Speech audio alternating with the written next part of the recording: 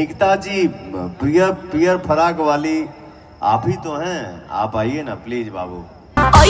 बारात करे आके हमसे बात करे, मांगे में मोबाइल नंबर लागो तारा हाथ धरे। पियर फराक वाली भुअर कौन पहन के आया? पियर फराक वाली 4 धनंजय सिंह जी पार्ट 4 आइए। कहाँ है? अच्छा मजाक करती हो।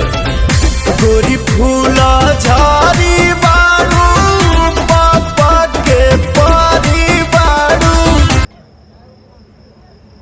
आओ बेटा, सदा सुहागन रहिए,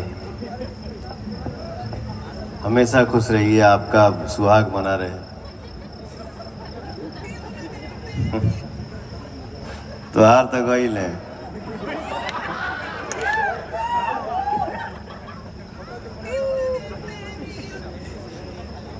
कोई बात नहीं है, अभी एंजॉय करें सब लोग, बजाओ भी।